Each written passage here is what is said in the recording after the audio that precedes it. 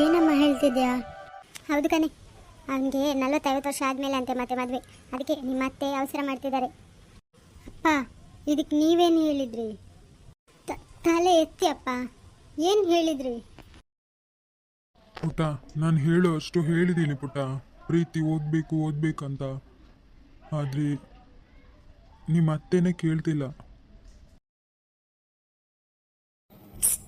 ಏನಪ್ಪ? ಅಯ್ಯೋ ಪುಟ್ಟ, ನೀನೀಗ ಬೇಜಾರು ಮಾಡ್ಕೋಬೇಡ. ನೀನು ಬೇಜಾರಾಗಿದ್ರೆ ನನಗೂ ಬೇಜಾರಾಗುತ್ತಲ್ವೇನಮ್ಮ. ಹೋಗಿಪ್ಪ. ನೋಡು, ಅಪ್ಪ ನಿನ್ಗೇನು ಮಾಡಿದ್ರು ಒಳ್ಳೇದೇ ಮಾಡ್ತೇನೆ ಅನ್ನೋ ನಂಬಿಕೆ ಇದೆಯಲ್ಲ. ಹಾಗಂತ 3 ತಿಂಗಳಲ್ಲಿ ಮದುವೆ ಅಂದರೆ ಹೇಗಪ್ಪ? ನೋಡು, ನೀನು ಮದುವೆ ಆಗ್ತಿದ್ಯಾ ಅಂತ ಹೇಳಿ ನಿಮ್ಮ ಅಪ್ಪನೇ ಅಲ್ಲಿ ನನ್ನ ಮಗಳು ಓದಬೇಕು, ನನ್ನ ಮಗಳನ್ನ ಬಿಟ್ಟು ಹೇಗಿರ್ತೇನಂತ ಮೊದಲೇ ನನ್ನ ತಲೆ ತಿಂತಿದ್ದಾರೆ. ಅದರೊಟ್ಟಿಗೆ ನೀನು ಬೇರೆನಾ? ಸಾರಿ ಪುಟ್ಟ, ನಾನೇ ನಿನ್ನ ಹತ್ರ ಮೊನ್ನೆ ಎಷ್ಟು ಬೇಕಾದರೂ ಓದು ಅಂತ ಹೇಳಿದ್ದೆ. ಈಗ ನೋಡಿದರೆ ನಾನೇ 3 ತಿಂಗಳಲ್ಲಿ ಮದುವೆ ಅಂತ ಹೇಳ್ತಿದ್ದೇನೆ. ತುಂಬ ಬೇಜಾರಾಗ್ತಿದೆ. ಅಪ್ಪನ ಹತ್ರ ಕೋಪನಾ? ಏನಪ್ಪ ನೀನು ನನ್ನ ಹತ್ರ ಎಲ್ಲ ಸಾರಿ ಹೇಳ್ಕೊಂಡು? ಈಗೇನು ಅತ್ತೆ ಹತ್ರ ನೀನು 3 ತಿಂಗಳಲ್ಲಿ ಮದುವೆ ಅಂತ ಹೇಳಿದ್ದಕ್ಕೆ ಓಕೆ ಅಂತ ಹೇಳಿದ್ಯಾ? ಹೌದಮ್ಮ. ಸರಿ. ಆದರೆ ನಂದು ಇನ್ನೂ 1 ವರ್ಷ ಇದ್ದದ್ದೇನು ಮಾಡೋದು? ನೀನು ಓದ್ಬೋದು ಕಣೆ. ನೀನು ನನ್ನ ರಾಜು ಏನು ಕಳಿಸೋದು? ನಿಮ್ಮ ಅಪ್ಪನೇ ಓದಲಿಕ್ಕೆ ಕಳಿಸ್ತಾರೆ ಬೇಕಿದ್ರೆ. ನೋಡು, ನಾಳೆ ಒಂದು ದಿವಸ ಲೀವ್ ಹಾಕು ಕಾಲೇಜ್ಗೆ.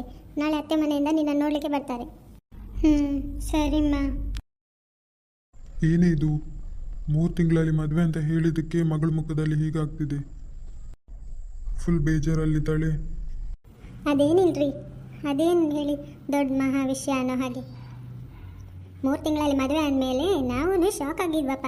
ಹಾಗೆ ನಿಮ್ಮ ಮಗಳವ್ರಿ. ಸರಿ, ನೋಡೋಣ.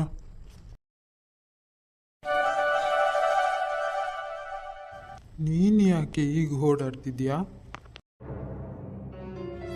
ನಾನೇನು ಮಾಡೋದು ಅನ್ನೋದು ಗೊತ್ತಾಗದೆ ಈಗ ಸುತ್ತಾಡ್ತಿದ್ದೀನಿ. ಹೀಗೆ ದಿಢೀರಂತ ಬಂದು ಹೇಳ್ತಾನೆ ಅಂತ ಗೊತ್ತಿರಲಿಲ್ಲಲ್ಲ ನನಗೆ. ಇವನೊಬ್ಬ ನನ್ನೊಟ್ಟಿಗೆ ಕೊಡ್ತಾ ಅಣ್ಣ. 3 ತಿಂಗಳಲ್ಲಿ ಮದುವೆ ಅಂತ 4 ದಿವಸದಲ್ಲಿ ನಿಶ್ಚಯ ಅಂತೆ. ಓ ದೇವ, ದಿಢೀರಂತ ಈಗ ಬಂದು ನನ್ನ ಮೇಲೆ ಕಲ್ಲಾಗ್ತಿದ್ದಾನಲ್ಲ. ನಾನೇನೋ ಮದುವೆ ಅಂತ ಹೇಳಿದ್ರು 1 ವರ್ಷ, 1.5 ವರ್ಷ ಆದರೂ ಆಗ್ಬೋದಂತ ಅನಿಸ್ತಲ್ಲ. ಎಷ್ಟು ಸತಿ ನಿನ್ನ ಹತ್ರ ಹೇಳಿರ್ತಿದ್ದೆ ನನ್ನ ಮಗಳೇ ನಿನ್ನ ಮನೆಗೆ ಸೊಸೆ ಆಗಬೇಕಂತ. ನನ್ನ ಮಗಳ ಬಗ್ಗೆ ಸ್ವಲ್ಪ ಅದು ಯೋಚನೆ ಮಾಡಿದ್ಯಾ? ಆಗಬಾರ್ದು. ನನ್ನ ಮಗಳಿಗೇನೆ ರಾಜು. ಪ್ರೀತಿ ಮತ್ತು ರಾಜು ಮದುವೆ ನಡೀಲೇಬಾರ್ದು. ಏನೋ ನೋಡ್ತಿದ್ಯಾ? ನಾನೇನು ಕತೆ ಹೇಳುವಾಗ ಕಾಣಿಸ್ತಿದ್ದೆ ನನಗೆ? ಏನಾದರೂ ಐಡಿಯಾ ಇದ್ದರೆ ಹೇಳ್ಕೊಡು. ನನ್ನನ್ನು ನೋಡಿದರೆ ಹೇಗೆ ಮದುವೆ ನಿಲ್ಲಿಸೋ ಕಾಣೋದಿಲ್ಲ, ನಾನೇನು ಮಾತಾಡೋದಿಲ್ಲ ಅಂತ ಅಂದ್ಕೊಂಡ್ರಾ? ಈ ಮದುವೆಯನ್ನು ನಿಲ್ಲಿಸಿ ತೋರಿಸ್ತೇನೆ. ಏನು ಏಕೆ ಇದು ಮಾಡ್ತಿದ್ರಾ? ನೋಡು, ಹೇಳೋದು ಕೇಳು. ಅದೇ ನನಗೆ ಗೊತ್ತಿಲ್ಲ. ನೀವೇನು ಹೇಳಿದ್ರು ಅಷ್ಟೇ, ನಾನು ಕೇಳೋದಿಲ್ಲ. ನನ್ನ ಮಗಳೇ ಅವನ ಮನೆಗೆ ಸೊಸೆಯಾಗಿ ಹೋಗಬೇಕು. ಸಾಲುಜಾ, ನೀನು ಏನು ಹೇಳ್ತಿದ್ದೆ? ಮದುವೆ ನಡೆಸಲು ಬಿಡಲ್ವಾ ನೀನು? ಲೂಸಾ ನೀನು? ಹೌದು, ನಾನು ಲೂಸೆ. ನನ್ನ ಇಷ್ಟು ದಿವಸ ನನಗೆ ಒಳ್ಳೇದು ಮಾಡ್ತಿದ್ಯಾ, ನನ್ನ ಮಗಳನ್ನ ನಿನ್ನ ಮನೆ ಸೊಸೆ ಮಾಡ್ಕೊಳ್ತೀಯಾ ಅಂತೆಲ್ಲ ಅನ್ಕೊಂಡಲ್ಲ. ನಾನು ಲೂಸೆ ಬಿಡು. ನಿಂಗೆ ಯಾಕೆ ಅರ್ಥ ಆಗ್ತಾ ಇಲ್ಲ? ನೀನೊಬ್ಳು ಹೇಳಿದ್ರೆ ಸಾಕಾ ನನ್ನ ಮನೆ ಸೊಸೆ ಅಂತ? ನಾನು ಆ ಥರ ಹೇಳುವಾಗೆಲ್ಲ ನೀನು ಸುಮ್ಮನೆ ತಾನೇ ನಿಂತ್ಕೊಂಡಿದ್ದೆ. ಈಗ ನೀನು ಹೀಗೆ ಹೇಳ್ತಿದ್ಯಾ ಯಾಕೆ? ರಾಜು ನಿನ್ನ ಮಗ ತಾನೇ? ನೀನು ಹೇಳಿದ್ರೆ ಕೇಳೋದಿಲ್ವಾ? ಅವತ್ತು ಹೇಳಿದ್ದೆ ನೀನು ಹೇಳಿದ್ರೆ ಕೇಳ್ತಾನೆ ನಿನ್ನ ಮಗ ಅಂತ. ಯಾಕೆ ಈಗ ನಿಂಗೆ ಹೇಳೋದಕ್ಕಾಗಲ್ವಾ ಮಂಜು ನಿನ್ನ ಮನೆ ಸೊಸೆನೆ ಅಂತ? ಹುಚ್ಚಿ ಥರ ಆಡ್ತಿದ್ಯಲ್ಲೇ. ಅಣ್ಣ ಅಂತ ಹೇಳಬೇಡ. ಹಾಗೆ ಒಂದು ಇಡ್ಬಿಡೋಣ ಅಂತ ಅನಿಸ್ತದೆ. ಲೂಸು ಮಾತ್ರ ಮಾತಾಡ್ಕೊಂಡು. ಲೂಸು ಎಲ್ಲ ಹೇಳ್ತಿದ್ಯಾ ಈಗ? ಲೂಸ್ ಅಂತ ಹೇಳಿದ್ರೆ ಆದರೂ ಪರವಾಗಿಲ್ಲ, ಹೊಡಿತೀನಂತ ಬೇರೆ ಹೇಳ್ತಿದ್ದಾನಲ್ಲ. ಇವ್ನು ಇಷ್ಟೊಂದು ಕೋಪ ಮಾಡ್ಕೊಂಡದ್ದು ಯಾವತ್ತೂ ನೋಡಲಿಲ್ವಲ್ಲ. ಏನು ನಾನು ಹೇಳಿದ್ರೆ ಅವನು ಕೇಳ್ತಾನಾ? ಇದೇನು ತರಕಾರಿ ಸಾಂಬಾರು ಮಾಡ್ಲಿಕ್ಕೆ ತರಕಾರಿ ತಗೊಂಡು ಬಾ ಅಂತ ಹೇಳೋದಾ? ಇದು ಮದುವೆ, ಇದು ಅವನಿಷ್ಟದಂತೆ ನಾವು ನೋಡ್ಕೊಳ್ಬೇಕು. ರಾಜುಗೆ ಆಲ್ರೆಡಿ ಪ್ರೀತಿ ಅಂದರೆ ತುಂಬ ಇಷ್ಟ. ರಾಜುಗೆ ಮತ್ತೆ ಪ್ರೀತಿಗೆ ಯಾವಾಗಲೂ ಮದುವೆ ನಿಶ್ಚಯ ಆಗಿದೆ. ನೀನೇ ಹುಚ್ಚರ ಥರ ಮಂಜು ಮತ್ತೆ ರಾಜು ಅಂತ ಹೇಳ್ಕೊಂಡು ತಿರ್ಗಾಡ್ತಿದ್ಯಾ. ಹುಚ್ಚರ ಥರನಾ? ಮತ್ತಿನ್ನೇನು? ನಾನು ನಿನ್ನ ಹತ್ರ ಏನು ಹೇಳಿದೆ? ರಾಜು ಬರಲಿ, ಅವನಿಗೆ ಮತ್ತೆ ಪ್ರೀತಿಗೆ ಮದುವೆಗೆ ಅವನಿಗೆ ಓಕೆ ಇಲ್ವಾ ಅಂತ ಕೇಳೋಣ ಅಂತ ಹೇಳಿದೆ. ಅವನಿಗೆ ಒಂದು ವೇಳೆ ಇಷ್ಟ ಇಲ್ಲ ಅಂತಾದರೆ ಮಂಜು ನಮ್ಗೆ ಕೇಳ್ತೀನಿ ಅಂತ ಹೇಳಿದ್ದೆ. ಅದು ರಾಜು ಮದುವೆ ಇಷ್ಟ ಇಲ್ಲಪ್ಪ ಅಂತ ಹೇಳಿದರೆ ಮಾತ್ರ ಅಂತ ಹೇಳಿದ್ದೆ. ಅದೆಲ್ಲ ಹೇಳುವಾಗ ಕೇಳ್ಕೊಂಡು ಹಾಂ ಅಂತ ಹೇಳಿ ಈಗ ನೋಡಿದ್ರೆ ಮದುವೆ ನಿಲ್ಲಿಸ್ತೇನೆ ಅಂತ ಹೇಳ್ತಿದ್ಯಾ. ಇದೇ ಕೊನೆ. ಇನ್ನೊಂದು ಸತಿ ಏನಾದರೂ ನನ್ನ ಕಿವಿಗೆ ಮದುವೆ ನಿಲ್ಲಿಸ್ತೇನೆ ಅಂತ ಹೇಳು ಮಾತು ಏನಾದರೂ ಕೇಳಿ ತಂಗಿ ಅಂತ ನೋಡೋಲ್ಲ ನೀನು. ಈಗ ಯಾಕೆ ಕಳ್ತಿದ್ಯಾ? ಮಾಡೋದೆಲ್ಲ ಮಾಡಿಬಿಟ್ಟು ಅಳ್ತಾ ಕೂತ್ಕೊಂತೀಯಾ? ಇಲ್ಲಿ ನೋಡು, ಇಲ್ಲಿ ನೋಡು ಅಂತಿದ್ದೀನಲ್ಲ. ಹೇಳು. ನೋಡು, ರಾಜು ಹೇಳಿದ್ದಾನೆ, ಮಂಜು ಅನ್ನೋ ಒಳ್ಳೆ ಕಾಲೇಜ್ಗೆ ಸೇರಿ ನಾವು ಓದಿಸುವ ಅಂತ ಹೇಳಿದ್ದಾನೆ. ಅವಳು ಒಳ್ಳೆ ಕಳೀಲಿ ಮೊದಲು. ಬರುವ ವರ್ಷನೇ ಅವಳನ್ನು ಕಾಲೇಜ್ಗೆ ಸೇರಿಸ್ತೇನೆ. ಅವಳದು ಒಳ್ಳೆ ಕಲ್ತಾದ್ಮೇಲೆ ಒಂದು ಒಳ್ಳೆ ಹೊರ ನೋಡ್ಕೋದು ಕೂಡ ನಂದೇ ಜವಾಬ್ದಾರಿ. ಇನ್ಮೇಲಾದರೂ ಈ ಥರ ಮಾತಾಡೋದನ್ನು ನಿಲ್ಲಿಸು. ಇನ್ನೊಂದು ಸತಿ ಏನಾದರೂ ಅವ್ನು ರಾಜು ಮದುವೆ ನಿಲ್ಲಿಸ್ತೇನಂತ ಏನಾದರೂ ನಿನ್ನ ಮನಸ್ಸಿನಲ್ಲಿದ್ದರೂ ಕೂಡ ಹೇಳೋದಿಲ್ಲ. ನಾಳೆ ನಾಳೆ ಮಂಜು ನನ್ನ ತಂಗಿ ಮಗಳು, ನನ್ನ ಸೊಸೆನೇ ಯಾವತ್ತಿದ್ರು ಅವಳು. ಕೇಳಿತಲ್ಲ, ನಾಳೆ ರಾಜುವನ್ನು ಕರ್ಕೊಂಡು ಹುಡುಗಿ ನೋಡ್ಲಿಕ್ಕೆ ಹೋಗ್ತಿದ್ವಿ. ಬರೋದಾದ್ರೆ ಬಾ, ಒಳ್ಳೆ ಮನಸ್ಸಿಂದ ಬರೋದಾದ್ರೆ ಮಾತ್ರ ಬಾ, ಇಲ್ಲಾಂದ್ರೆ ಬರಬೇಡ. ಹೇಳಿದೆ ಅಲ್ಲ, ಒಂದೇ ಸತಿ ಹೇಳೋದು. ನನಗೆ ನನ್ನ ಮಗನೇ ಖುಷಿ ಮುಖ್ಯ. ಅಣ್ಣ, ಏನಣ್ಣ ಈಗ ಹೇಳ್ತಿದ್ಯಾ? ನನ್ನ ಮಗಳೇ ನಿನ್ನ ಮನೆಗೆ ಸೊಸೆಯಾಗಿ ಬರಬೇಕನ್ನೋ ಆಸೆ ಇತ್ತು, ಆದ್ದರಿಂದ ಈ ಥರ ಎಲ್ಲ ಆಗೋಯ್ತು. ಅದಕ್ಕೋಸ್ಕರ ತಂಗಿನೇ ಬೇಡ ಅಂತ ಬಿಟ್ಟು ಹೋಗ್ತಿದ್ಯಾ? ಹಾಗಿದ್ರೆ ತಂಗಿ ಮೇಲಿರೋ ಪ್ರೀತಿ ಇಷ್ಟೇನಾ? ಸರಿ ಸರಿ, ಅಳ್ಬೇಡ. ಅಳು ನಿಲ್ಸು ಅಂತ ಹೇಳ್ತಿದ್ದೀನಲ್ಲ.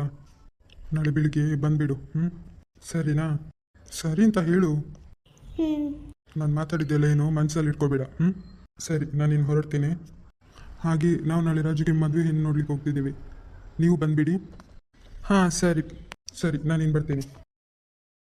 ರೀ, ಅವ್ನು ನನ್ನನ್ನು ಅಷ್ಟು ಬೈತಾ ಹೋಗ್ತಿದ್ದಾನೆ. ನೀವು ನೋಡಿದರೆ ಹಾಗೆ ಕಂಬ ಥರ ನಿಂತು ನೋಡ್ಕೊಂಡಿದ್ದೀರಲ್ಲ. ನೀವೆಲ್ಲ ಒಂದು ಮನುಷ್ಯನೇನ್ರಿ? ಹಾಂ, ನಂಗೆ ಒಳ್ಳೆ ಗಂಡ ಆದರೂ ಆಗ್ಲಿಕ್ಕಾಗ್ತೀರಾ? ಮನುಷ್ಯನ ಗಂಡನಾಗಿರೋದಕ್ಕೆ ನಾನು ಹೀಗೆ ನಿಂತ್ಕೊಂಡು ನೋಡ್ತಾ ಇದ್ದೀನಿ. ಇಲ್ಲದಿದ್ದರೆ ನೀನು ಮಾತಾಡಿದ್ದಕ್ಕೆ ಇಡ್ಸುಡಿ ಹಿಡ್ಕೊಂಡು ಬಂದು ಹೊಡಿತಿದ್ದೆ.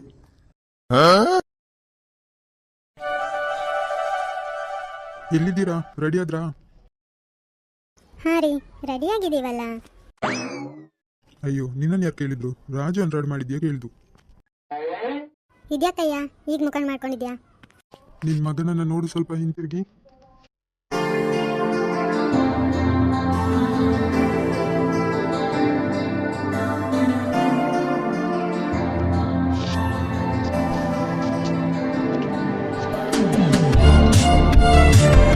ಅಯ್ಯೋ ನನ್ನ ಪುಟ್ಟ, ಎಷ್ಟು ಮುದ್ದಾಗಿ ಕಾಣಿಸ್ತಿದೆಯಾ? ಅಯ್ಯಯ್ಯೋ, ಸರಿ ತಾನೆ, ಅಲ್ಲಿ ಪ್ರೀತಿ ಇನ್ನೂ ಸ್ವಲ್ಪ ನೋಡ್ಲಿ. ನೀನೇ ದೃಷ್ಟಿ ಆಗುವಾಗ ನೋಡ್ತಿದ್ಯಾ ಅವನ್ನ. ಅಮ್ಮ, ಹೇಗೆ ಕಾಣಿಸ್ತಿದ್ದೀನಿ? ನಿನ್ಗೇನೋ ರಾಜನ್ ಥರ ಇದೆಯಾ?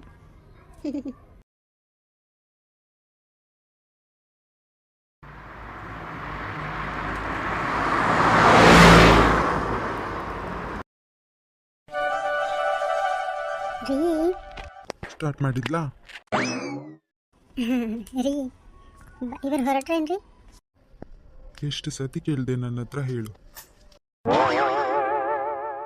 ಮತ್ತಿನ್ನೇನೆ, ಎಷ್ಟು ಸತಿ ಕೇಳೋದು ನೀನು?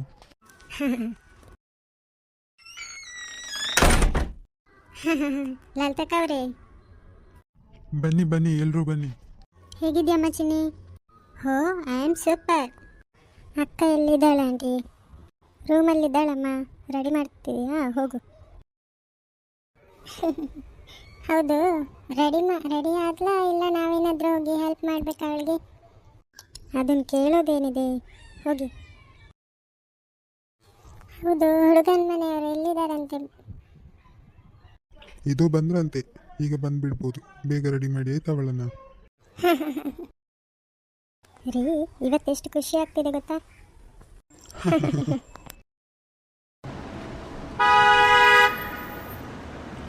ಲಲಿತಾ, ಇವ್ರು ಬಂದರು, ಬಾ.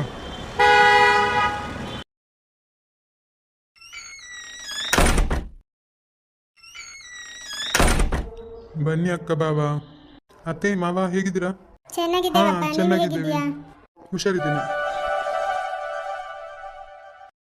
ಲಲಿತಾ, ನನ್ನ ಸೊಸೆನ ಕರ್ಕೊಂಡು ಬಾ. ಇದು ಈಗ ಕರ್ಕೊಂಡು ಬರ್ತೀನಿ. ಹೌದು, ನಿಮಗೆ ಈ ಮದುವೆಯಲ್ಲಿ ಏನು ಅಡ್ಯಂತರ ಇಲ್ವಲ್ಲ? ಇಲ್ಲ ಬಾವ, ಆ ಥರ ಏನಿಲ್ಲ. ಪ್ರೀತಿ ಓದ್ಬೇಕಂತಿದ್ಲು, ಅದೊಂದೇ ಇದ್ದದ್ದು. ಅದು ಓದಿಸ್ತೇನೆ ಅಂತ ಹೇಳ್ತಿದ್ದಾಳಲ್ಲ ಅಕ್ಕ. ಪ್ರೀತಿ ಬರಲಿ, ಆಮೇಲೆ ನಾನೇ ಅವಳನ್ನು ಕೇಳ್ತೇನೆ ಇಷ್ಟ ಇದೆನಾ ಇಲ್ವಾ ಅಂತ. ಹೇಗಿದ್ದೀರಾ ಅತ್ತೆ ಮಾವ? ನಿಮ್ಮ ಸೊಸೆನ ಕರ್ಕೊಂಡು ಬಂದೆ. ವಾವ್, ಇದು ನಿಜವಾಗ್ಲೂ ಪ್ರೀತಿನಾ? ನನ್ನ ಸೊಸೆ ಮುದ್ದು, ಇಲ್ಬಾ, ಇನ್ನು ಹತ್ರ ನಿಂತ್ಕೋ, ನಿಮ್ಮಿಬ್ಬರ ಇಡು ಜೋಡಿ ನೋಡುವ. ಹಾಂ, ಅಯ್ಯೋ, ನಿಮ್ಮಿಬ್ರು ಜೋಡಿಗೆ ನನ್ನ ದೃಷ್ಟಿನೇ ಬೀಳೋ ಹಾಗಿದೆ. ನನ್ನ ಮಗಳು ಇರಬೇಕಾದ ಜಾಗದಲ್ಲಿ ನೀನು ಬಂದಿದ್ಯಾ. ಈ ಮದುವೆ ನಡೆಯೋಕ್ಕೆ ಚಾನ್ಸೇ ಇಲ್ಲ. ಪಿಂಕಿ, ಏನು ಆಂಟಿ, ಅವರಿಬ್ಬರದೊಂದು ಫೋಟೋ ತೆಗಿ ಮಗ. ಓಕೆ.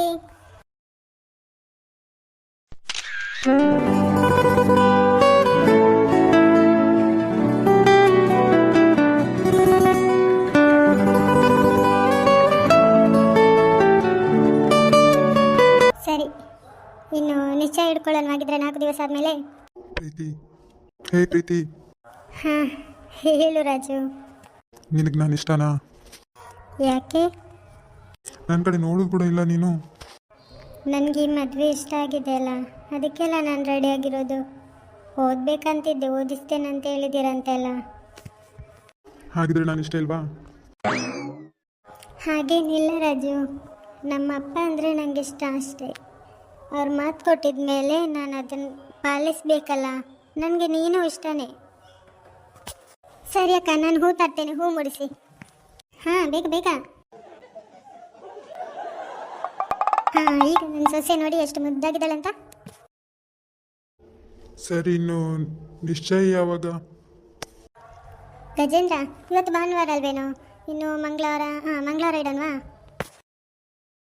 ಏನು ಲಲಿತಾ? ಹಾಂ, ನನಗಾಗ್ಬೋದ್ರಿ. ನಿಮ್ಮ ಮಗಳನ್ನ ಕೇಳಿ ಒಮ್ಮೆ. ಅಮ್ಮ ಪ್ರೀತಿ. ಹಾಂ ಅಪ್ಪ, ಆಗ್ಬೋದು. ಸರಿಯಾಗಿದ್ದರೆ ಬನ್ನಿ, ಇನ್ನು ಊಟ ಮಾಡೋಣ. ಹೌದು, ಬನ್ನಿ ಬನ್ನಿ. ಅವರಿಬ್ಬರು ಏನಾದರೂ ಮಾತಾಡ್ಕೊಳ್ದಿದ್ರೆ ಮಾತಾಡ್ಕೊಳ್ಳಿ, ಬನ್ನಿ. ಬಾ ರಾಜು. ಇಂತ ಬಾ, ನಾನು ಕೇಳಿದಕ್ಕೆ ಏನು ಆನ್ಸರ್ ಹೇಳಿಲ್ಲ ನೀನು. ನೀನು ಇಷ್ಟ ಇಲ್ಲದೆ ನಾನು ಮದುವೆಗೆ ಒಪ್ಕೊಳ್ತೇನಾ? ಹಾಗಿದ್ರೆ ನಾನು ಓಕೆ ತಾನೆ? Double okay. ಎಲ್ಲಿಂದ ಆರಂಭವೋ, ಎಲ್ಲಿಂದ ಆನಂದವೋ, ಅನುರಾಗವೋ ಅನುಬಂಧವೋ, ಈ ಪ್ರೀತಿಗೆ ಸೋತೆನಾ. ಪ್ರೀತಿ, ರಾಜನ್ ಕರ್ಕೊಂಡ್ ಬಾ. ಬನ್ನಿ ಇಬ್ರು ಊಟ ಮಾಡಿ. ಹಾಂ ಹಾಂ, ಬಂದ್ವಮ್ಮ.